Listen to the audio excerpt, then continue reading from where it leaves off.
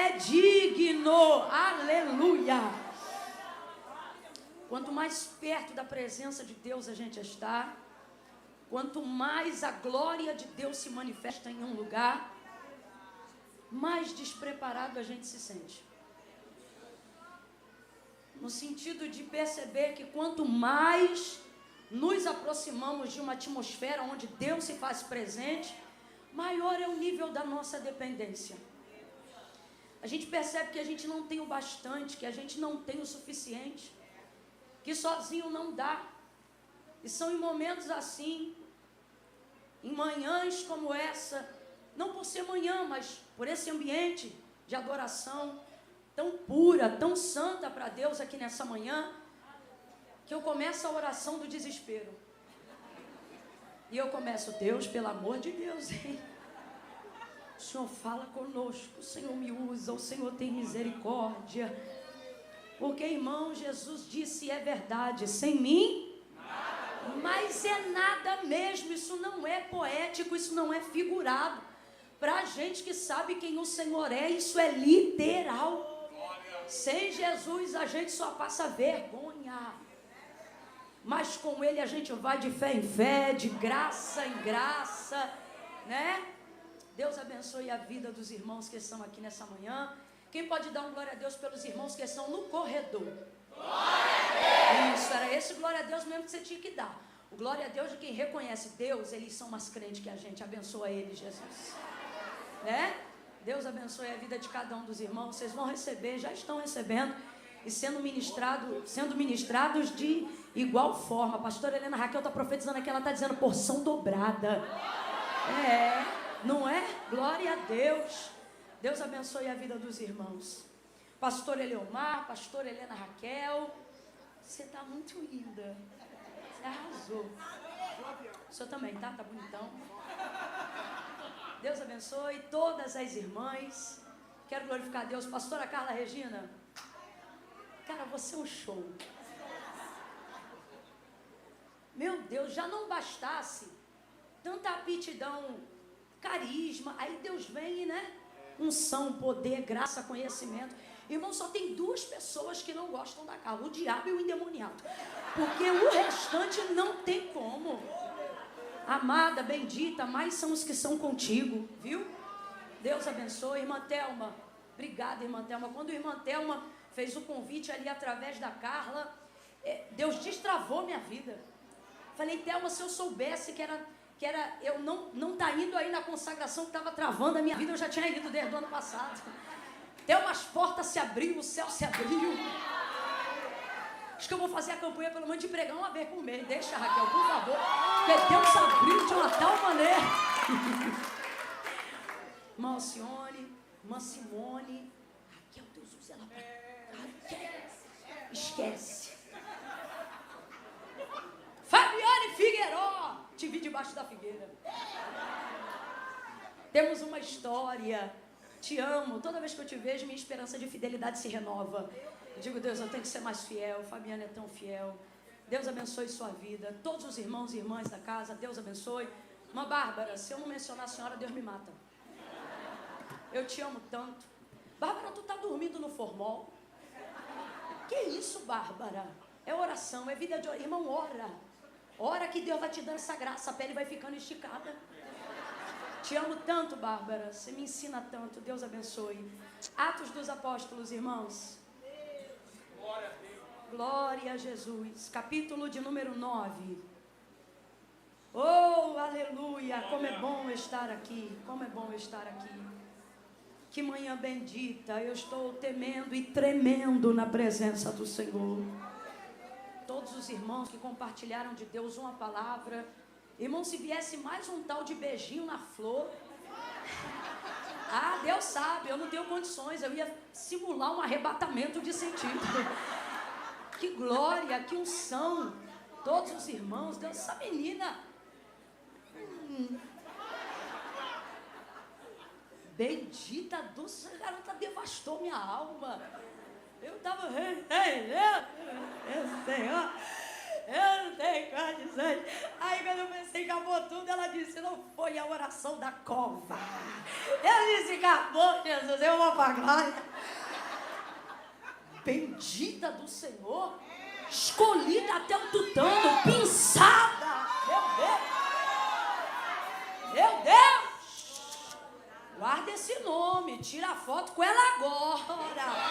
Pra você botar TBT, porque depois... Vai dar não. Glória a Deus. Esse aqui não me quer, pastor. Ele não me quer. Retorno, meu filho. Porque quando o microfone não te quer, se o pastor liberar uma palavra, ele passa a te querer. Atos capítulo 9, irmãos. Versículos de número do 10 em diante. Quem achou, diga amém. Havia em Damasco um discípulo chamado Ananias. E disse-lhe o Senhor em uma visão, Ananias. E ele respondeu, eis-me aqui, Senhor. E disse-lhe o Senhor, levanta-te e vai à rua chamada direita e pergunta em casa de Judas por um homem de Tarso chamado Saulo, pois ele está orando. E numa visão ele viu que entrava um homem chamado Ananias e punha sobre ele a mão para que ele tornasse a ver. E respondeu Ananias, Senhor, de muitos eu ouvi acerca deste homem, quantos males tem feito aos teus santos em Jerusalém, e que aqui tem poder dos principais sacerdotes para prender a todos os que invocam o teu nome. E disse-lhe o Senhor, porém, vai, porque este é para mim um vaso escolhido para levar o meu nome perante os gentios, os reis e os filhos de Israel, e eu lhe mostrarei o quanto deve padecer pelo meu nome. Então Ananias foi, diga comigo, Ananias foi. Isso, então Ananias foi, entrou na casa e impondo-lhe as mãos disse, irmão Saulo, diga comigo assim, irmão Saulo. Olha o seu irmão e diga assim, irmão. Foi o que Ananias disse para ele, irmão Saulo, o Senhor Jesus que te apareceu no caminho por onde vinhas, me enviou para que tornes a ver e sejas cheio do Espírito Santo. E imediatamente lhe caíram dos olhos como que umas escamas, e recuperou a vista, e levantando-se, foi batizado. E você diz amém. Diga glória a Deus pela conversão de Saulo e pela vida de Ananias. Diga aleluia! Senta dando glória a Deus aí, irmão.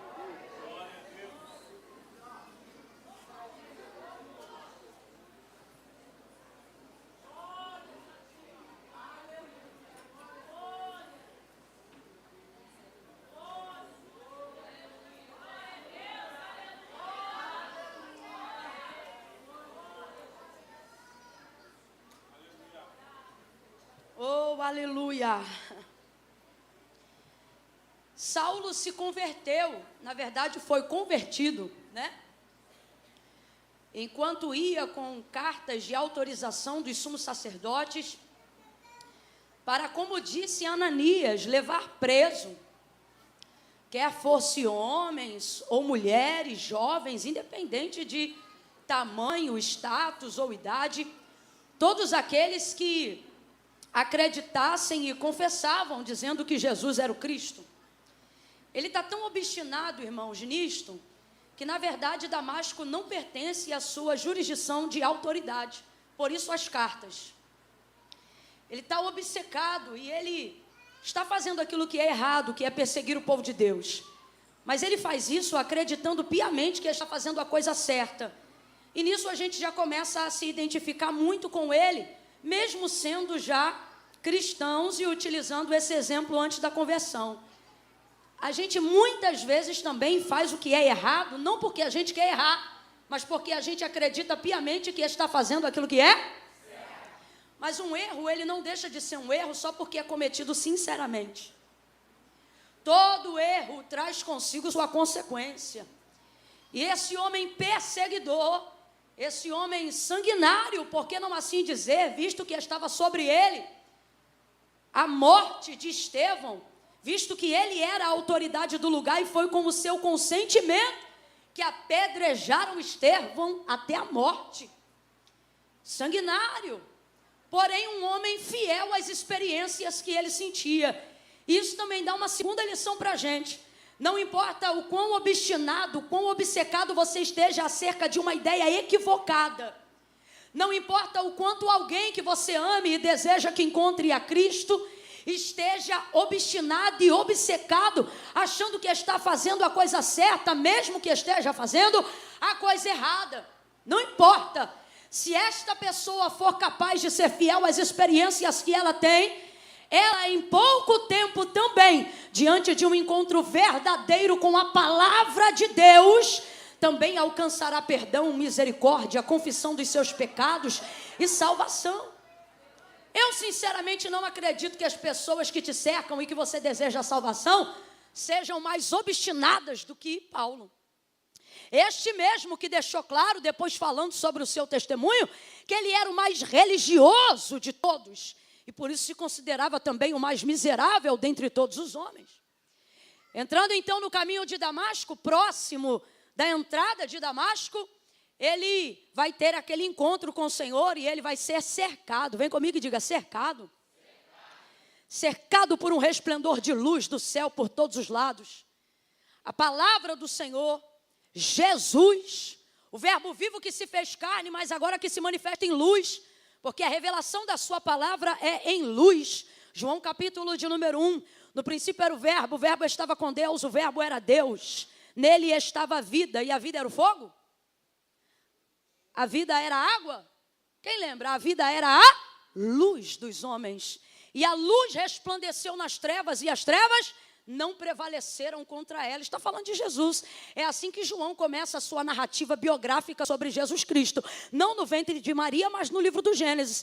E ele cumpre de verdade esse princípio na escrita, porque quando você olha o livro de Gênesis, capítulo de número 1, o que você vai ver ali?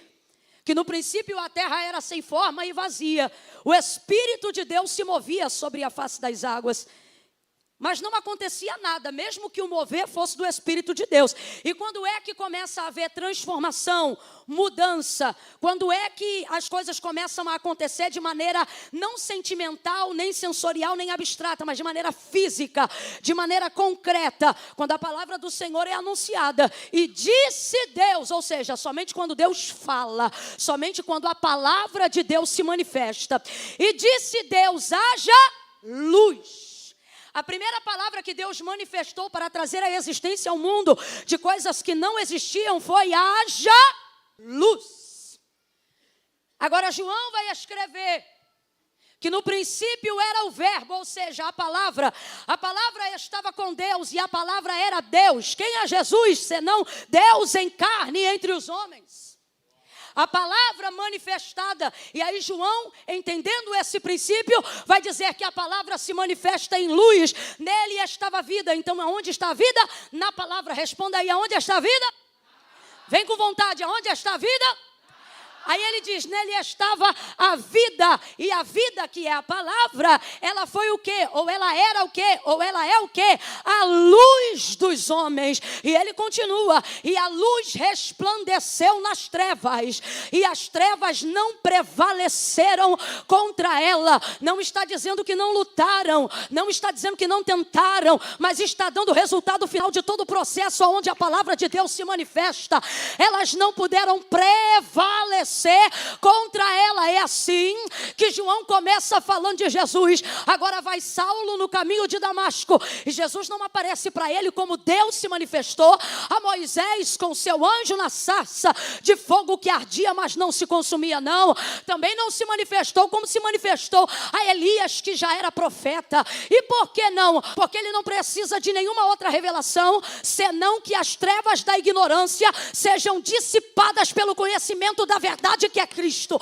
E conhecereis a verdade, e a verdade verdade vos libertará. E se eu te disser nessa manhã que a verdade não é uma mensagem, a verdade é a pessoa de Jesus Cristo. A palavra do Senhor diz que o príncipe deste século lhes cegou o entendimento para que não cheguem ao conhecimento da verdade. Pensamos que as armas e as ferramentas de Satanás são as secundárias, mas não, Satanás também tem prioridade. Completa para mim aí, por favor. Satanás também tem? Tem, ele sabe agir com prioridade, porque sabe que para ter qualquer propensão de sucesso, é necessário ter prioridade. E a prioridade, a obra prioritária, a obra mais importante de Satanás neste mundo, é cegar o entendimento. Esta é uma realidade tão verdadeira, que a própria palavra de Deus revela isso para a gente. E o príncipe deste século lhe cegou o entendimento. Eu vou falar bem rasgado que é para todo mundo entender. E o príncipe deste século usa a cocaína.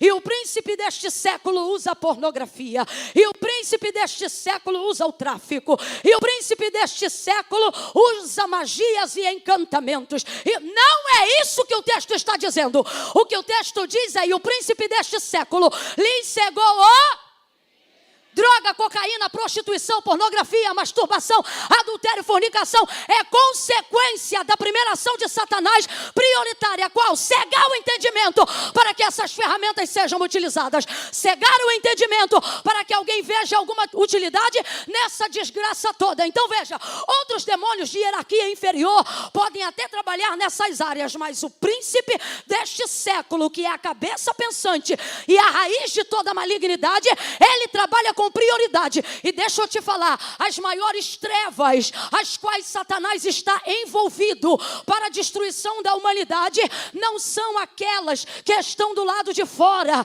são as trevas que ocultam o entendimento do lado de dentro. Não há campo mais vasto para Satanás trabalhar se não for no entendimento do homem. Se ele ganhar aqui dentro, ele faz o que ele quiser do lado de fora. Por isso o texto é claro: para isto se manifestou o Filho do Homem, para desfazer as obras do diabo. Escute isso. Se você guardar o entendimento do lado de dentro, será pouco o livramento que você precisará do lado de fora. Deus não se preocupa tanto quanto imaginamos com o lado de fora. Ele quer revestir o teu lado de dentro. Ele quer fazer a sua mente alcançar entendimento. Quando você está entendido do lado de dentro, você vive os escapes do lado de fora.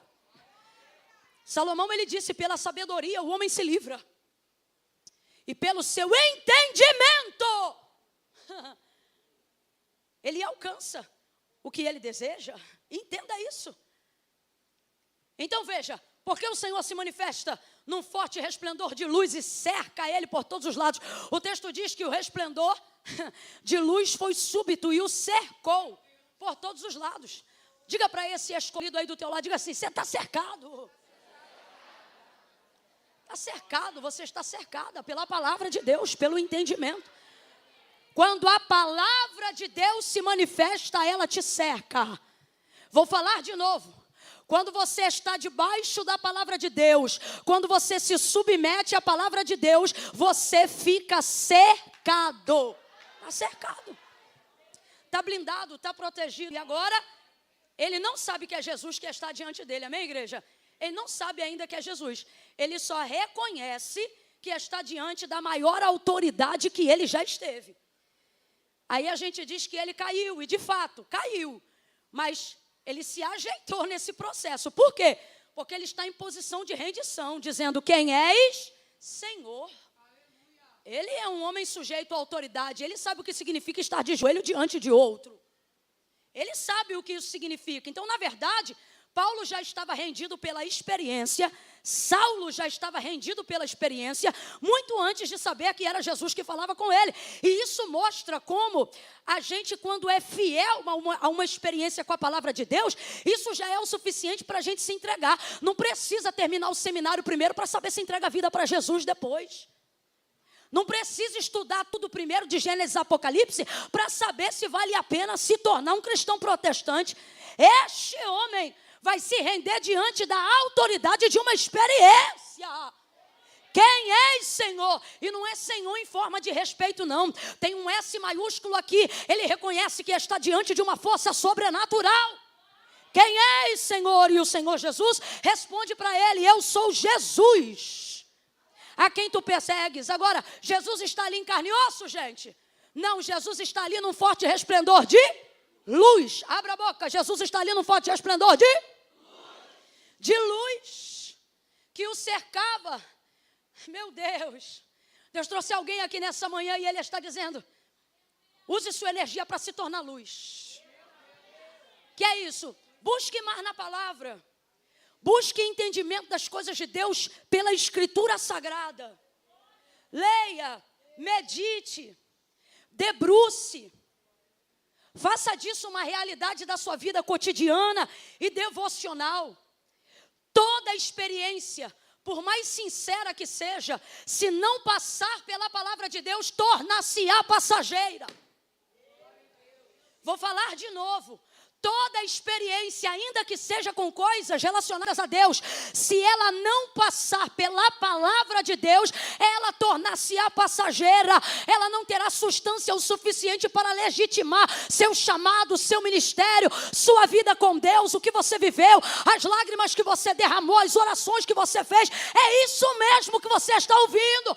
Suas orações têm que passar pela palavra, seus louvores têm que passar pela palavra, suas experiências têm que passar pela palavra, seus relacionamentos têm que passar pela palavra, sua conduta de vida tem que passar pela palavra. Tudo que não passar pela palavra torna-se-á passageiro. Não vai haver o memorial que estamos pregando e vivendo essas 7 semanas, mas se passar pela palavra de Deus, passarão céus e terra, mas as palavras que você se firmou, elas jamais hão de passar. Quem está entendendo isso, reaja e diga glória a Deus.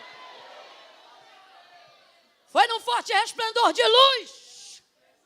Quem está a palavra está cercado, quem está a palavra está em luz. E as trevas que mais deveriam te amedrontar, as trevas que deveriam fazer seus joelhos baterem uns nos outros, não são os ritos de encantamento, de obras de malignidade, não. Deveria ser ficar ignorante tendo acesso ao conhecimento. É isto que você devia ter medo. Porque Satanás se apropria disso e começa a fazer ali o que ele quer fazer. E então você insiste em fazer a coisa errada e não consegue consertar seu erro, porque ele engrandece o seu ego, a sua razão, para fazer você acreditar que você está fazendo a coisa certa. E era isso que acontecia na vida dele. Cercado agora, se dobra: quem és, Senhor? Sou Jesus, a quem tu persegues. É tão lindo ver Jesus chamando Saulo. Ele diz: Saulo, Saulo. Todo o Novo Testamento é escrito no grego, mas esse nome está escrito no hebraico, na tradução do texto, porque Deus na verdade está chamando de Shaul, Shaul, que é Saul, Saul. E o que significa Saul? Saul significa pedido foste a Deus. Responda aí, por favor, o que significa Saul? E Deus falou 2 vezes. Vamos traduzir então essa chamada? Quando ele está ali, Jesus está diante dele e o chama pelo seu nome, ele na verdade está dizendo para Saulo: pedido foste a Deus. E combina, não combina? Combina. Pedido foste a Deus. Olha para o teu irmão e pergunte: quem pediu? Se ele era um perseguidor. Quem pediu? Se ele era um sanguinário. Quem é que pede por um homem desse? Quem é que deseja a transformação de uma pessoa dessa? Somente alguém que já foi transformado. Irmãos, quem foi transformado e não morto não pede para Deus matar, pede para Deus transformar. Quem foi salvo não pede para Deus matar, quem foi salvo pede para Deus salvar. Quem viveu de Deus misericórdia não pede juízo, pede misericórdia. Agora, desculpa, mas neste século, na verdade, neste ano que estamos vivendo, eu me pergunto como João, porventura não sabeis de que espírito sois? Como podemos, uma vez salvos, uma vez transformados, uma vez regenerados, uma vez perdoados, usar dessa salvação, usar desse selo, usar dessa unção, usar dessa autoridade, para achar que isso me legitima a determinar para Deus quem vive e quem morre? Como se isso me legitimasse a dizer para Deus quem fica e quem não fica, quem merece e quem não merece. Mas vamos falar a verdade? Vamos falar a verdade? A verdade é que na condição de perseguidor, tudo que você quer é misericórdia. Mas muitas vezes na condição de intercessor, tudo que você quer é justiça. E o Senhor nos trouxe aqui nesta manhã para dizer: e se eu te disser que o homem que tu chama de inimigo, tu ainda vai chamá-lo de irmão? Que a pessoa a quem você desejava a morte ainda vai ser instrumento de edificação da tua fé em vida. Pedido foste a Deus, pedido foste a Deus. E eu fico me perguntando: Senhor, um significado tão forte, seu nome popularmente conhecido, na verdade, era muito mais Paulo do que Saulo, variação do seu nome para o romano e não para o hebraico. Porque Saul, Saul, não é possível. Eu não posso dizer o que a Bíblia não diz, mas eu tenho para mim que a igreja é avivada, porque ele está em Damasco, porque a igreja está avivada. A igreja em Jerusalém, o texto é claro, quanto mais ela era perseguida, mais ela crescia e se irradiava por todos os lugares, cumprindo a palavra que o Senhor disse acerca da vinda do Espírito Santo: ficai em Jerusalém até que do alto seja revestido de poder. A igreja poderosa é uma igreja avivada, é uma igreja cheia do Espírito Santo. Por que Ananias tinha autoridade para ministrar o Espírito Santo sobre a vida de Saulo? Porque eu só posso derramar daquilo que eu carrego. Ele era um homem cheio do Espírito Santo. Por isso que ele está indo para Damasco, meu irmão. A igreja está avivada. Olha com carinho para quem está do teu lado. Diga assim: a igreja tá poderosa. Diga assim, vamos falar aqui numa expressão mais no populacho. Diga assim: a igreja está bombando. Meu irmão, a igreja está explodindo. Cada culto é uma explosão. É cego vendo, paralítico andando, leproso sendo curado. É avivamento, é poder, é palavra. Agora eu te pergunto, isso aqui sou eu que estou te perguntando.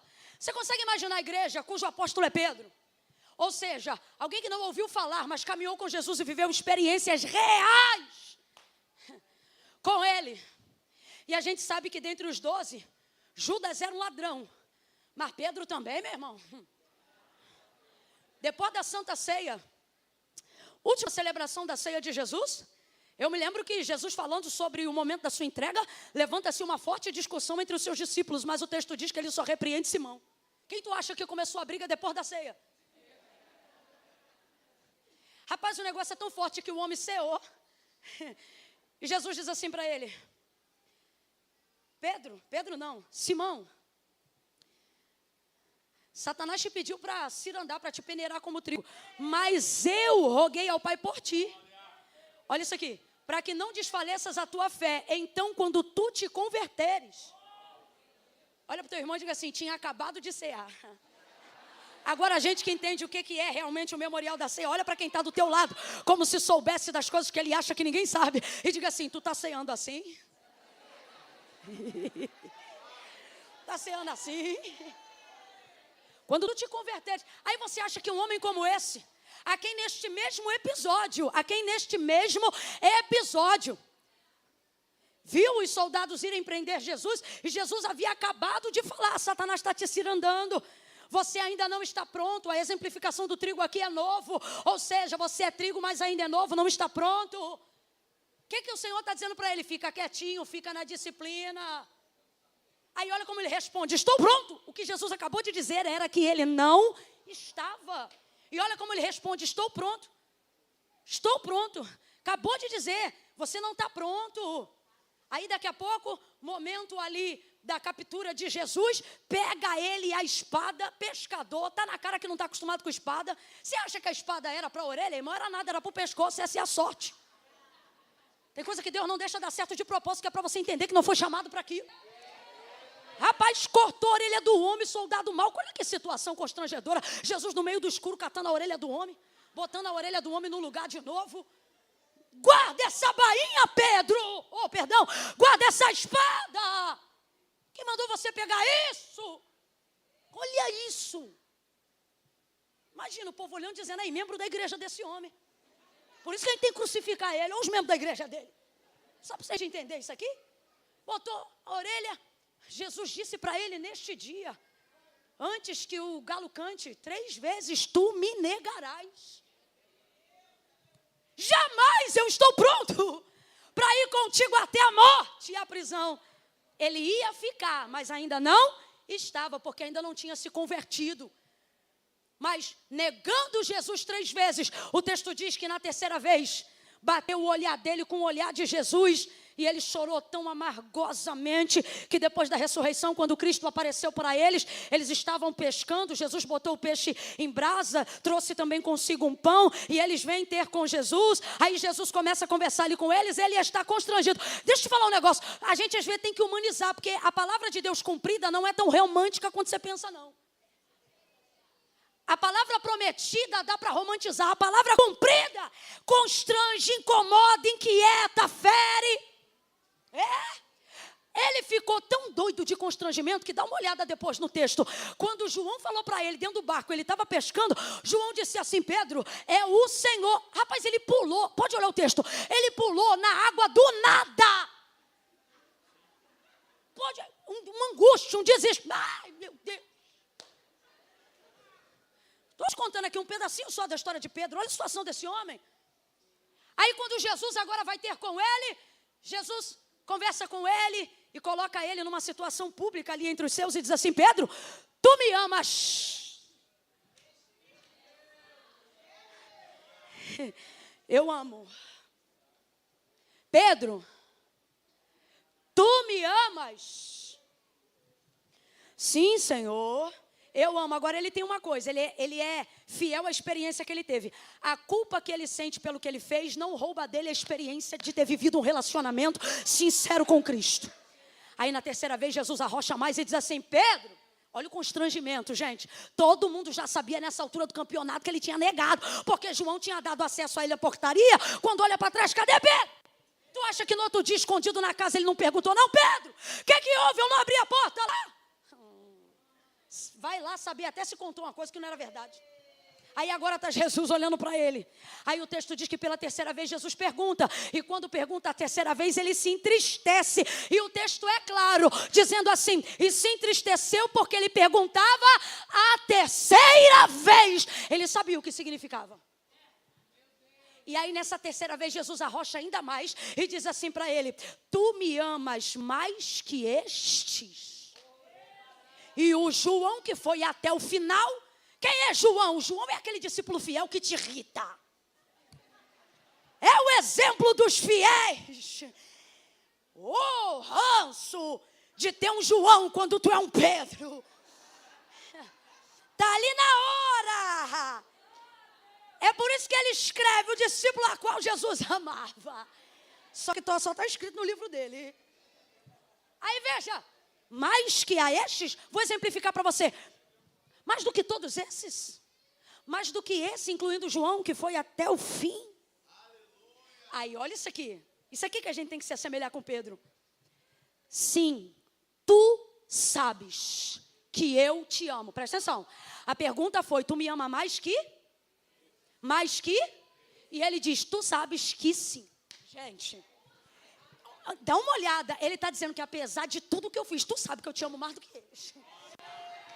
Eu fui covarde, mas também quando eu estiver pronto, você é mais corajoso que eles, mais líder que eles. Eu vou morrer com a cruz de cabeça para baixo, porque aonde houve covardia, haverá a coragem de um homem que viveu uma experiência verdadeira como verbo vivo. Isso é muito forte. Mais que eles, e Isso é muito sério e eu não estou com medo de ser mal interpretada, porque Deus me trouxe nessa manhã para ser profeta. Pegue na mão de alguém aí agora e diga: mais que eles. Mais que eles. Não é competição, é Jesus dizendo: me ame com toda a tua força, com todo o teu entendimento, me ame com tudo que há em você.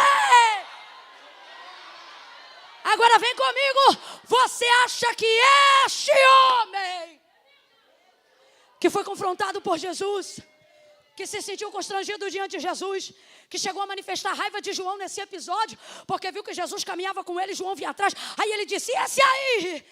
E Jesus diz para ele: se mete na sua vida, se eu quiser que ele venha aqui até me seguir, você fica quieto.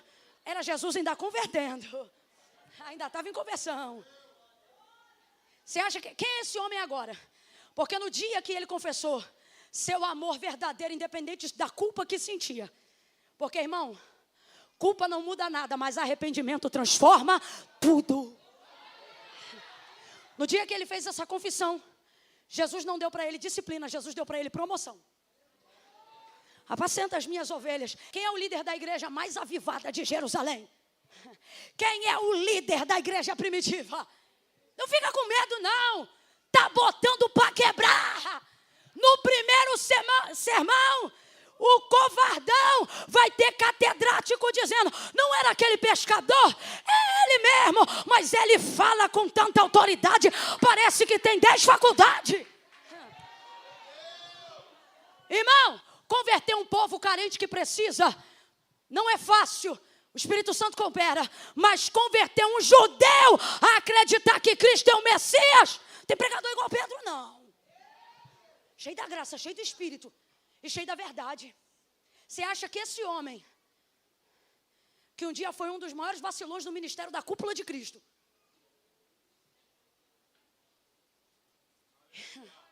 ele não ouviu de ninguém, não. Ele estava do lado de Jesus quando Jesus disse assim: se vocês amarem os que vos amam, que diferença vocês têm dos publicanos, dos gentis? Vou falar abertamente para todo mundo entender. Se você for recíproco, como é recíproco qualquer ser humano cuja graça ainda não foi revelada, que diferença você tem de qualquer um? Nenhuma. Portanto, eu vos digo. Sabe o que ele está dizendo? Não importa o que você vai ver na vida dos outros, faça o que eu estou te dizendo. Se você quer ser meu discípulo, haja como eu estou te falando. Portanto, eu vos digo: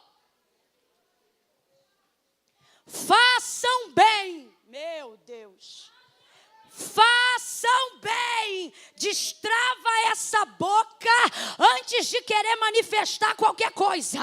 E olha para o teu irmão e diga: é bem. Ah lá, já está travado, ó. Diga: é bem. E ele não disse a tua mãe, ao teu pai. Ele não está falando de reciprocidade. Ele está falando de cristianismo.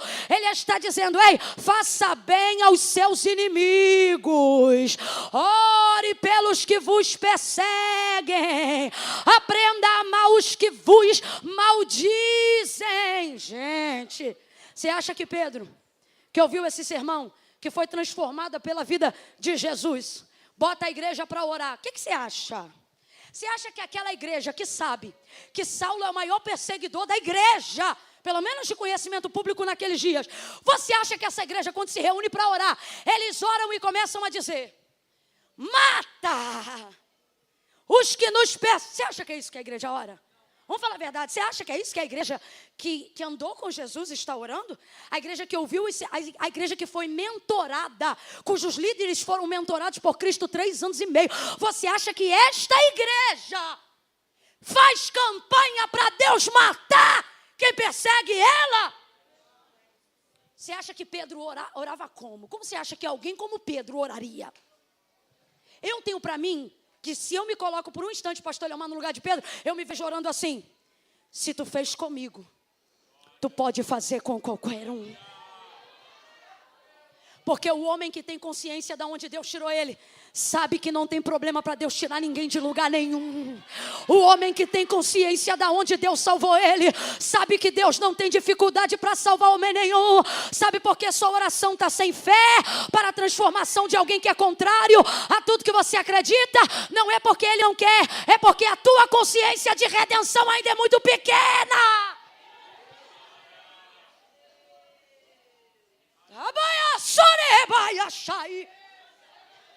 Às vezes porque você não usou droga, às vezes porque você nunca traficou nada, às vezes porque tu nunca ficou na mão de ninguém, devendo nada, tua compaixão é pequena. Não porque você não passou, mas porque você acha que a tua moralidade já era muito correta antes da tua salvação.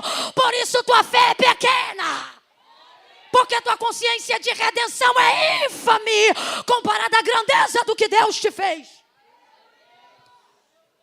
Peço sempre a Deus que eu nunca esqueça da onde Ele me tirou. E isso não tem a ver com geografia nem status social. Isso tem a ver com pecado. Disseram para mim por esses dias: Camila, vejo que estão dizendo assim de você. Na hora me veio o texto imediato de Spurgeon. Quando falarem mal de você, não fique triste. Lembre-se que você é muito pior do que eles dizem. Protegi meu coração na hora. E o Espírito Santo de Deus ministrou a mim uma palavra, dizendo: se não fosse a graça, a misericórdia e a bondade. O Espírito Santo, ele quis dizer assim para mim: você está brincando comigo que você vai ficar tristinha. Aí ele quis dizer, ele disse assim para mim: você sabe. Então veio uma consciência de redenção. Cunhada, veio uma consciência de redenção tão grande. Lembrei da minha casa, lembrei de minha mãe, lembrei de meus dias. Lembrei de onde Deus me tirou. Lembrei que na minha casa, aonde tinha um barro, a gente só tinha ouvido falar de Deus, de Jesus. Ninguém nunca tinha falado pra gente. Não havia na nossa casa ninguém que jamais tivesse falado qualquer coisa sobre Jesus. Nem bem, nem mal. Não sabíamos verdadeiramente quem era Jesus. Nunca ouvimos falar. Até que um dia Ele cercou minha mãe num terreno e falou para ela: o que você está fazendo aqui? Ela entrou numa igreja batista e ali o Senhor falou com ela por intermédio da sua palavra num culto de quarta-feira. Me lembrei de tudo isso, lembrei de onde Deus nos tirou, lembrei de tudo que Deus fez, minha redenção. Então minha consciência teve noção da minha redenção. E aí o Espírito, usando isso, ele disse assim para mim: tu sabes que se não fosse a minha graça, não era ali que você estaria. Na boca de quem não gosta de você, no comentário de quem não reconhece Deus em sua vida. Deus disse assim para mim: você sabe que se não fosse a minha graça sobre você, não era numa matéria assim, um assado que você estaria. Era no inferno. Aí quando tu bota na balança, tu diz: melhor tá aqui, debaixo da graça, tomando umas pedradas, mas do que tá no inferno. Toda vez que alguma coisa vier para te destruir, lembre-se que se não fosse a graça de Deus, nada se compararia ao que de fato deveria ser. O inferno. Um grande pregador, pregando sobre o arrependimento, ele disse que se não fosse a graça de Deus, como um pêndulo de aço, seríamos atraídos ao imã do inferno. Tão pesados são os nossos pecados, mas a graça de Deus está nos fazendo andar na superfície. Então a igreja, vem comigo de novo. Você acha que a igreja está orando como? Mata? Destrói ele, Deus. Vem comigo. Você acha que a igreja está orando o quê? Salva. Transforma. Quem tem consciência de sua redenção, tem compaixão para acreditar na redenção de qualquer um. Eu não acredito que é isso que Pedro ensina a igreja. Não acredito que é isso que a igreja que caminhou com Cristo está orando. Aí agora vem Jesus para ele e diz: pedido foste a Deus, pedido foste a Deus. Se eu fosse você, eu já estava estendendo a mão, porque eu não sei se você entendeu. Deus está dizendo assim: eu não tenho compromisso com quem eu vou salvar. Eu tenho compromisso com quem está pedindo a salvação de alguém que não quer ser crente, que não quer se converter. Mateus capítulo 15, verso 21. A mãe da menina miseravelmente endemoniada, ela não dizia: tem misericórdia da minha filha. Quem estava endemoniada? Ela ou a filha? Ela queria a libertação de quem? Dela ou da filha? Mas olha o clamor dela: tem misericórdia? Porque ela sabia que o compromisso dele é com quem busca. O compromisso dele é com quem intercede. O compromisso dele é com quem pede. Quem está entendendo, diga: olha para mim, Jesus.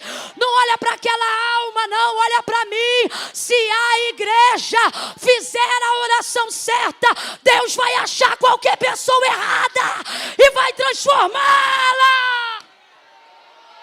Pega na mão de alguém, que eu estou sentindo graça de Deus para isso. Pegue na mão de alguém aí agora e diga para essa pessoa: não importa o quão errado alguém esteja, faça a oração certa. Faça uma oração regada de misericórdia. Faça uma oração regada de compaixão. E Deus vai alcançar a pessoa mais errada do mundo.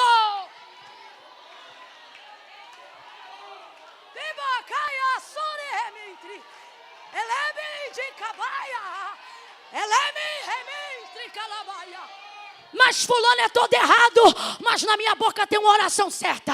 Mas fulano te perseguiu, mas na minha boca tem uma oração certa. Pedi e não recebeis, porque pedi mal para se deleitar em vós mesmos. Vocês não querem testemunho de vitória, você quer testemunho de vingança. Eu vou tirar a cunhada porque está suando muito. Ai, Jesus, do qual eu não sou digna, e tu vem tirar o sapato. Não vem, não. Era eu que deveria ir a ti, e tu vens a mim. Olha isso, gente. Oh, Jesus querido.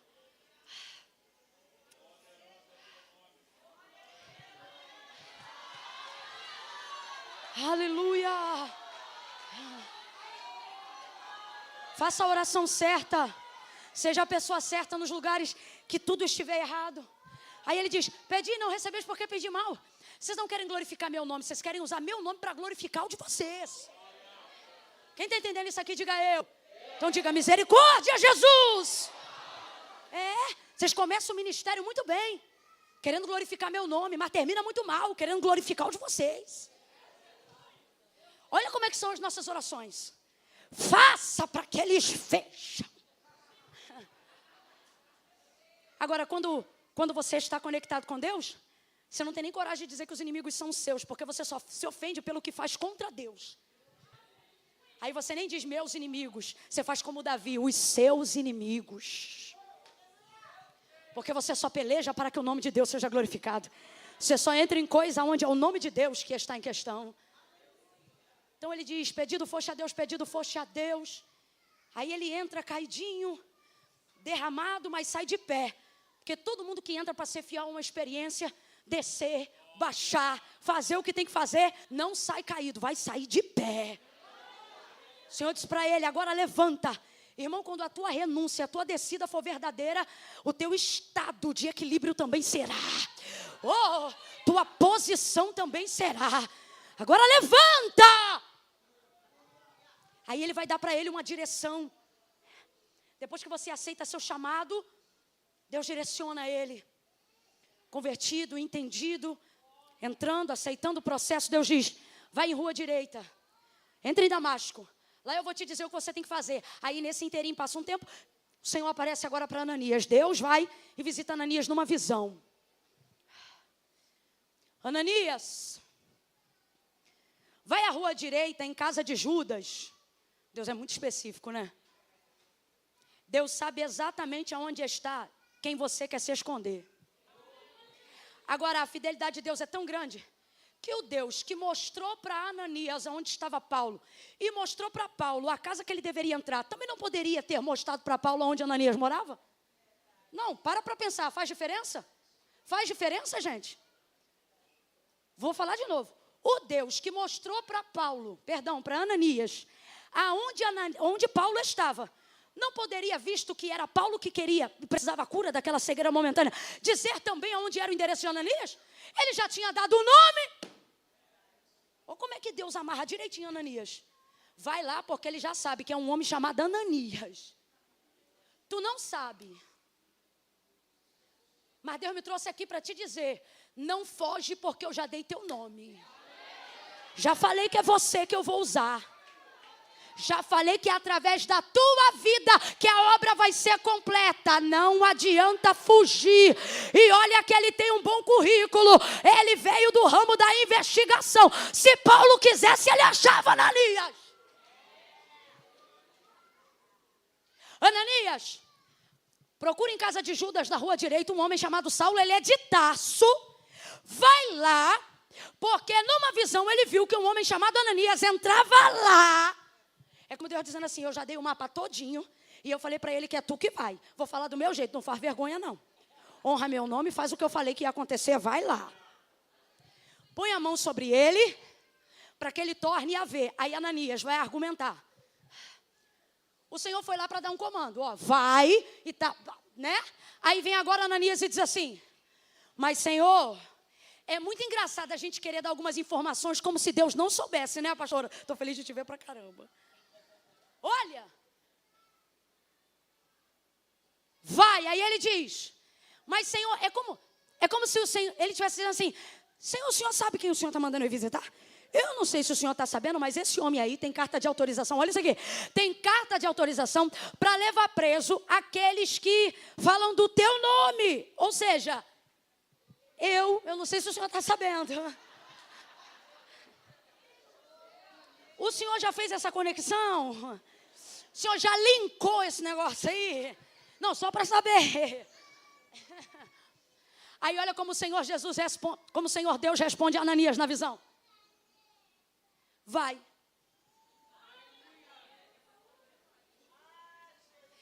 Como Ananias argumenta? De muitos eu ouvi. De muitos eu tenho ouvido. Rapaz, Saulo estava famoso. Pela coisa errada, mas estava. De muitos eu ouvi. É complicado quando Deus te pega no meio de um muvuco, que você não tem nada a ver com o negócio. Porque você nem estava lá quando começou, mas Deus te deu a graça para selar e encerrar. De muitos eu ouvi. Vem comigo para a gente terminar junto e diga assim, de muitos. Ele ouviu. Agora vamos ver o que ele ouviu de muitos. Que ele é que ele é perseguidor, que ele tem cartas de autorização e que ele vai levar preso aqueles que levam o teu nome. Agora eu te pergunto, tudo que Ananias ouviu sobre Saulo era verdade ou era mentira? Não tenha medo não, era verdade ou era mentira? Era verdade. Não significa que o que aconteceu não era verdade. Só que o que Ananias precisa entender é o privilégio que ele está tendo. De quê? Deus não veio visitar Ananias para representar a voz do passado. Deus veio para Ananias para anunciar a voz do futuro. Deus está dizendo, toda vez que eu quiser te usar para inaugurar processos, para fazer a igreja avançar. Oh, minha gente, dá uma olhada aqui. Tem como contar a biografia de Paulo sem passar por Ananias? Tem como falar de quem ele foi sem falar de quem Ananias era? Deus está dizendo, toda vez que você for a minha voz para anunciar o futuro e não o passado de alguém, eu usarei uma voz do futuro para lembrar do seu memorial e dizer quem você foi. Quando você for a boca que eu usar para anunciar quem as pessoas serão, eu serei a boca que usará eles para dizer quem você foi, mesmo quando você não estiver mais aqui. Se isso não é memorial, eu não sei mais o que é. Memorial é de obras, não é de sentimento. Completa aí para mim, por favor. Memorial é de... A Bíblia diz que o livro do memorial de Deus, Malaquias, não é livro de sentimento. O texto está dizendo livro de obras. Lá não entra o que você tinha vontade de fazer. Lá só entra o que você fez. Lá não entra o que você tinha vontade de falar. Lá só entra o que você falou. O texto diz, quer sejam boas ou quer sejam mais.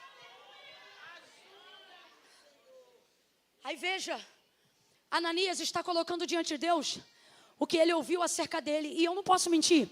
Tudo que ele ouviu sobre Saulo é verdade. Só que tudo isso ninguém ainda sabe. Mas o Deus que converteu ele no caminho de Damasco já sabe. Tudo isso pertence ao passado dele. Ananias, tudo que você está me falando como se fosse notícia fresca é passado.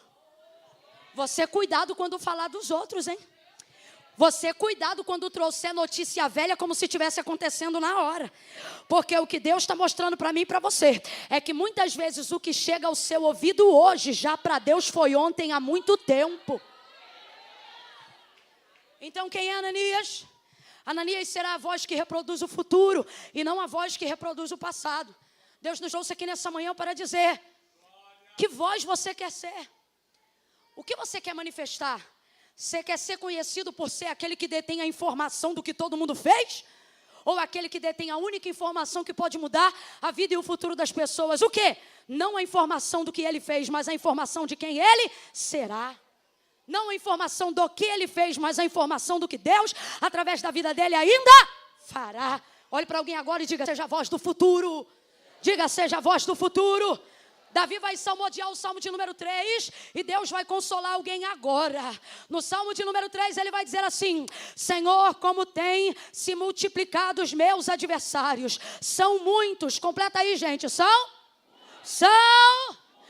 muitos que se levantam contra mim. Versículo 2, muitos dizem, e eu te pergunto, quantos dizem? Quantos dizem? Olha o que ele diz: Senhor, eu sei o que andam falando ao meu respeito, o que andam falando acerca das minhas circunstâncias atuais. São muitos o que tem dito na alma dele: não há mais salvação para Deus. Aí ele continua dizendo: mas tu, Senhor, olha isso, gente, muitos dizem, não há salvação para ele em Deus. Verso 3, mas tu, Senhor, diga comigo, mas tu, Senhor, olha o texto, olha o que ele diz: tu és o meu escudo, a minha glória, é o que exaltas a minha cabeça. Você não entendeu? Sabe o que ele está dizendo? Não importa o quem eu sou na boca deles, importa quem eu sou na tua boca. Acerca do que tu dizes ao meu respeito, eu não vou viver de acordo com o que eles falam de mim, eu vou viver de acordo com aquilo que a tua boca liberou sobre mim. Olha para quem está do teu lado e diga: não se ocupe. Abre a boca e diga: não se ocupe do que dizem a boca dos outros. Bota a mão no ombro dele ou dela, vai. Consola ele ou ela e diga assim: fique em paz com quem você é na boca de Deus. Na boca de Deus você é filho, na boca de Deus você é escolhido, na boca de Deus você é regenerado. Responda aí para mim: quantos boletos o que falam a seu respeito pagam? Quer dizer que o que eles dizem não tem o poder de alterar de fato a realidade de quem você é, nem mesmo de como você está. Mas o que Deus diz, isso sim determina uma realidade sobre o seu futuro. Deus está dizendo: dê mais atenção ao que você ouviu da minha boca do que o que você anda ouvindo da boca de muitos. Senhor, mas eles são muitos. Isso assusta, vamos falar a verdade? Senhor, mas eles são muitos, mas eles não são Deus. Senhor, mas eles são muitos, mas eles não têm o poder de mudar tuas rotas, de estabelecer teus destinos. Senhor, mas são muitos, mas não altera um côvado da própria estatura deles. Você acha que eles podem acrescentar na sua? Então fica ligado com o que a boca de Deus está falando a seu respeito. Deus manda eu dizer aqui rasgado para alguém: quando você sabe quem você é na boca de Deus, você não fica triste pelo que dizem a seu respeito. Você não fica arrasado, paralisando a sua vida pelo que você tem sido na boca dos outros. Aí ele diz, de muitos ouvi isso, tudo verdade, porém passado. O Senhor disse para ele: vai. Isso aqui eu amo mais do que a palavra escolhida no texto. Eu amo Deus ouvindo o que Ananias está dizendo que ouviu da boca dos outros, mas se gastando tempo para dizer para Ananias o que Paulo é para ele. O mim desse versículo me espanta mais do que escolhido. Porque mesmo que fosse uma coisa ruim, Deus tem um parecer específico sobre alguém. Irmão, só de você ter a atenção de Deus, ainda que não seja um contexto tão favorável, eu não estou dizendo que quero isso, Deus me livre, mas é Deus emitindo um parecer individual. Você sabe que a oposição do amor não é o ódio, é a indiferença. Lembra da palavra de Deus a João? Acerca das igrejas da Ásia? A uma delas ele disse o quê? Quiseras fosse frio. Ou então que tu fosses quente. Ou seja, você ia ter algum parecer a meu respeito. Isso já é importante. Mas porque não és quente, és morno. Tem relevância nenhuma. Eu não posso nem repreender. Vomitar-te. Então, para mim, nesse texto, o que chama muita atenção é o Senhor dizendo para Ananias: vai, porque ele é para mim. Não importa quem ele é para os outros. Ananias, com todo respeito, meu discípulo, não importa o que ele é para você. Vou falar bem rasgadão. Sabe o que Deus está dizendo para Ananias? Ananias, eu não vim pedir tua opinião, vim exigir tua obediência. Eu não vim perguntar o que você acha dele, eu vim dar o comando. Vai, porque ele é para mim um vaso escolhido. E se a pessoa a quem Deus quer salvar na tua casa, a quem Deus quer fazer uma obra na tua família, for para você alguém que merecia partir dessa para uma pior, for na verdade a pessoa que Deus chegou para você e disse: você não gosta dela, né? Você não gosta dele, né? Mas e se eu te disser que eu escolhi? Sabe o que Deus está dizendo? Que o que dizem sobre ele ou sobre nós não muda para Deus quem a gente escolhido. Aí olha, e eu quero profetizar que isso vai acontecer na nossa vida. A pessoa que a gente dizia, não tem jeito, vai ser aquela que vai passar pela gente e vai dizer assim: Pai do Senhor, irmão.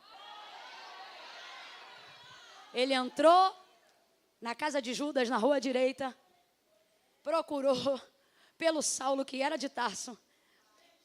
E não sei se há um dia, 24 horas, 12 horas atrás, não sei. Ele estava dizendo: Senhor, tu sabes que ele é perseguidor? Olha ele agora entrando e dizendo: irmão, traz na tua mente agora. Mas eu quero o difícil. Não, falei errado, eu não quero o difícil não, eu quero o impossível. Aquele que você diz assim: esse não converte mesmo, é ele que eu quero na tua mente agora. Traz ela, aquela que você diz, essa não dá. É pacto em cima de pacto, legalidade em cima de legalidade. Essa, traz na tua mente. Agora, Deus está dizendo: se tu trouxer na tua oração, eu vou trazer na minha boca. Se tu trouxer na tua oração, eu vou trazer na minha boca e vou emitir meu parecer. Fica de pé quem tem alguém que pensa: para Deus, para mim esse aqui é impossível, mas para Deus é possível.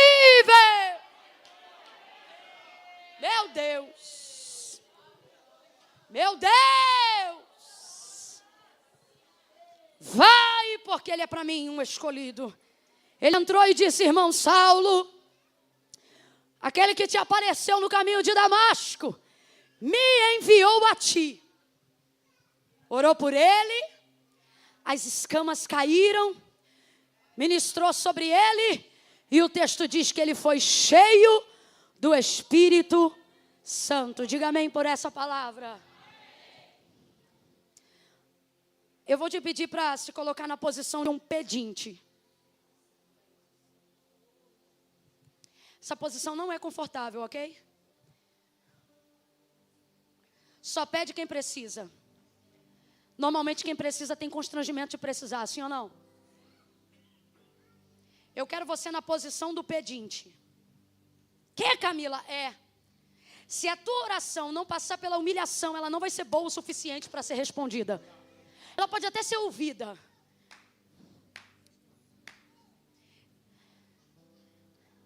Quem entendeu, já começa a fazer o gesto dos pedintes. Qual é o gesto do pedinte?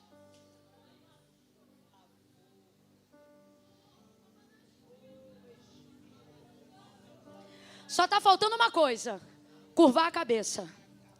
O pedinte não olha diretamente para aquele que o pede. Lembra de Pedro? Quando na Porta Formosa olhou para aquele homem e disse: olha para mim. Por que olha para mim? Porque eu sou igual a ti.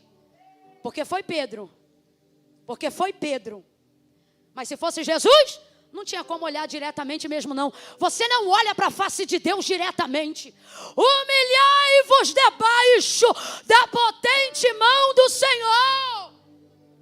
Uma boa oração tem que vir tomada de humilhação. Inclina a tua cabeça o máximo que você puder. Estende a sua mão. Como quem está esperando algo. Como quem precisa receber algo. Pode crescer, Gilvan, pode crescer. Aquele que habita em meio aos louvores está aqui. Esse culto é para ele. Comece a pedir. Irmão, por favor, ouça a direção dessa palavra. Não peça algo possível agora. Peça algo impossível aos seus olhos carnais. Peça algo impossível para a sua visão humana. Peça algo que humanamente falando você não conseguiria ver realizar-se. Apresente isso para Deus. E comece a implorar. Agora, entenda isso. Comece a implorar. Senhor, eu estou pedindo para Ti porque eu não tenho outro a pedir. Eu não tenho a minha confiança e a minha fé, a minha expectativa depositada em nenhum outro. Tu és o meu respaldo. A minha vida depende completamente de Ti. Tudo aquilo que leva ao meu nome depende de Ti. Eu só confio em Ti, eu só espero em Ti. Não há outro a quem eu possa rogar. Não tem outro a quem eu possa pedir. Senhor, sem Ti eu sou desprezível. Sem Ti eu não tenho apadrinhamento não. Meus inimigos são mais poderosos do que eu. Os maiores da terra são mais fortes do que eu. Se eu estou aonde eu estou, se eu fui tirada de onde fui tirada, é porque foi a Tua mão que me tirou de lá. Se eu vejo diferente, é porque Tu tirou a escama dos meus olhos. Agora eu te peço, Tu pode tirar a escama dos olhos de muitos, Senhor. Agora eu quero te apresentar esta pessoa. Diga o nome dela em oração para Deus. Diga o nome dele em oração para Deus. Camila, eu não tenho ninguém que eu me lembre agora. Entregue então pessoas públicas. Entregue governantes. Entregue o poder legislativo, executivo, judiciário. Alguém diz: para o Brasil esses 4 anos é impossível. Para o Brasil não tem mais como se erguer. O Brasil será a próxima Venezuela. Isso aconteceu na Colômbia, vai acontecer aqui também. Só que o Senhor está dizendo: você quer ser a voz do passado ou a voz do futuro? A voz do futuro não fica falando do que aconteceu. A voz do futuro anuncia o que vai acontecer. Comece a pedir pelo Brasil então, e comece a dizer o que vai acontecer. Diga o quão escolhido ele foi. Lembre-se de quantas orações e jejum foi apresentado por esta nação. Interceda.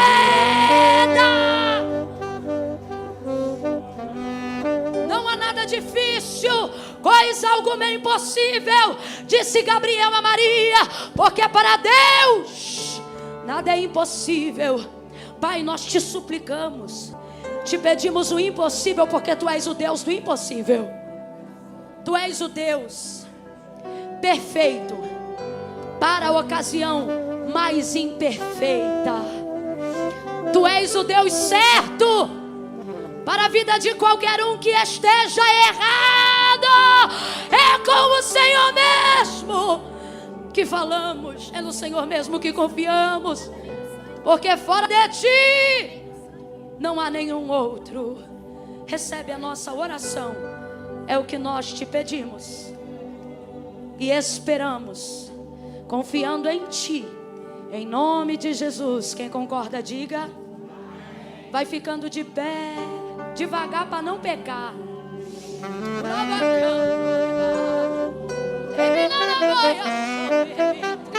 Renova a esperança, renova a esperança.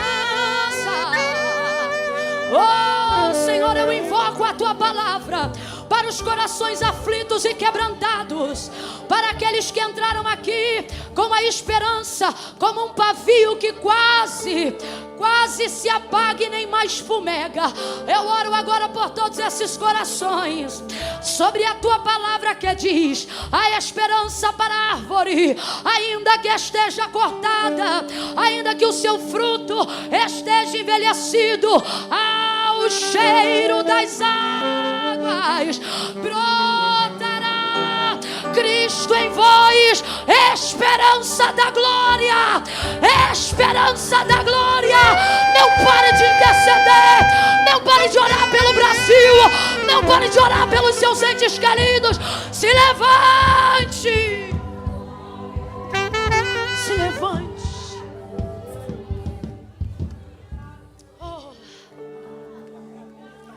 Em nome de Jesus, Senhor, eu ministro sobre o teu povo, na autoridade daquilo que o Senhor me confiou para esta manhã. Aonde tiver uma vida ao alcance da voz profética, nesta manhã, sujeita, submetida a esta palavra, faça essa pessoa voltar para casa e muda as orações, mudando o coração e a perspectiva, em nome de Jesus. Vou te pedir uma coisa que crente com frescura não pode ter em consagração. Você vai dar um abraço bem suado, bem molhado no irmão que está do seu lado. E diga para essa pessoa: você é a pessoa certa. Diga, você é a pessoa certa. Abrace essa pessoa. Para as circunstâncias mais difíceis, você é a flecha que Deus vai usar para fazer o impossível. Abrace com vontade. Deixa ela sentir o consolo do Espírito Santo. Deus te abençoe.